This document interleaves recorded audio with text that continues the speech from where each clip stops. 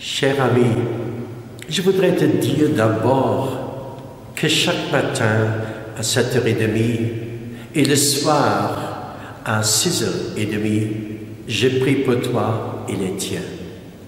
Je prie pour toi aussi le mercredi après-midi dans les heures de guérison entre 13h et 16h, où les gens peuvent nous appeler et nous prions ensemble avec eux dans leur détresse, dans leur maladie, dans leurs problèmes.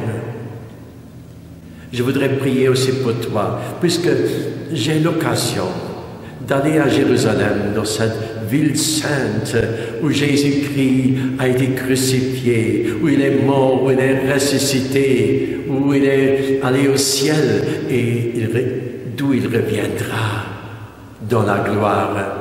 C'est là que je vais prendre un moment de prier pour toi et les tiens.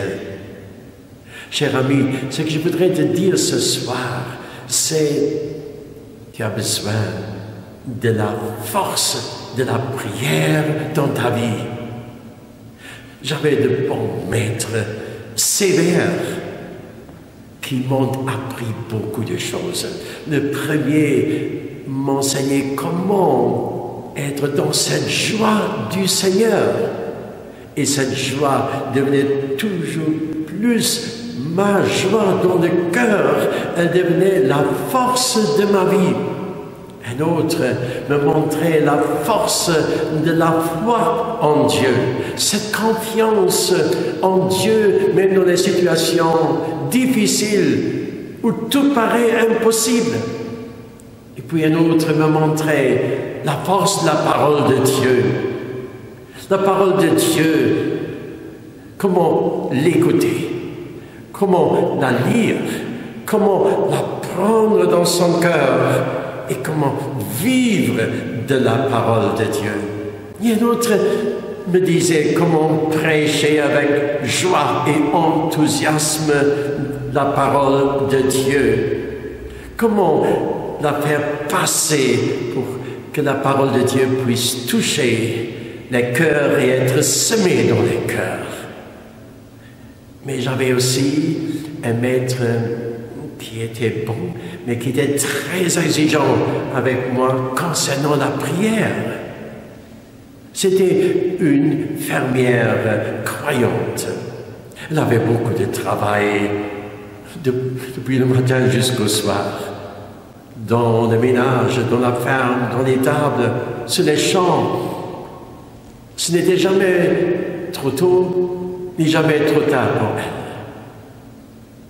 Et cette femme, c'était ma mère, ma propre mère.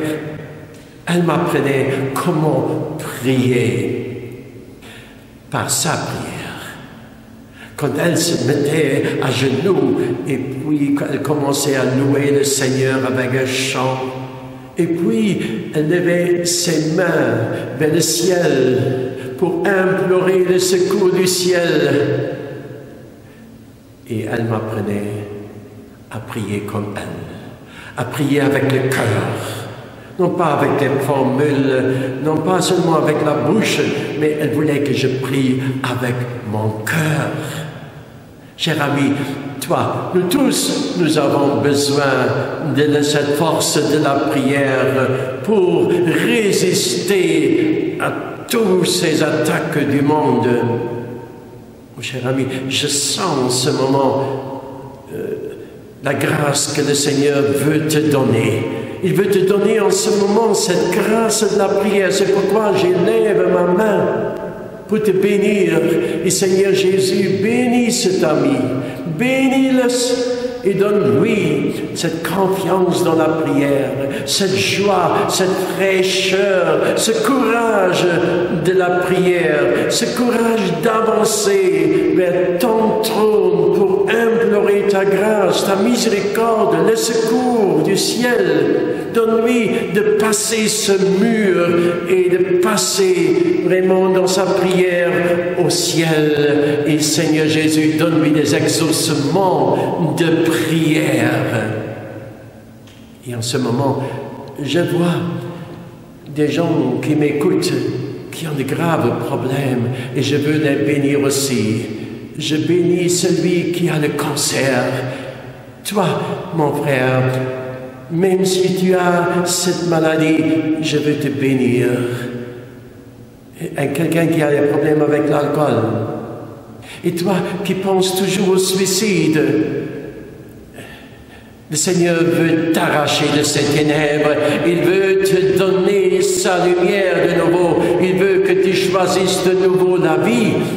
Et toi qui as un problème de diabète, le Seigneur veut te bénir pour prendre ce diabète de toi. Quelqu'un qui a des conséquences d'un accident de voiture, quelqu'un qui a la sclérose en plaques, quelqu'un qui a les conséquences de l'infarctus. Et puis je te vois, toi qui es déprimé, qui es triste, qui es désespéré, qui pleure. Je veux te bénir, je veux te bénir, que la bénédiction de Dieu soit sur toi et tous les tiens, au nom du Père, du Fils et du Saint-Esprit. Amen. Reçois cette bénédiction. Et cette semaine, mets-toi parfois à genoux, ferme les yeux et commence à prier. Commence à parler avec ton Seigneur des cieux. Et puis tu verras des résultats inattendus. Tu verras des exaucements de ta prière personnelle. Amen.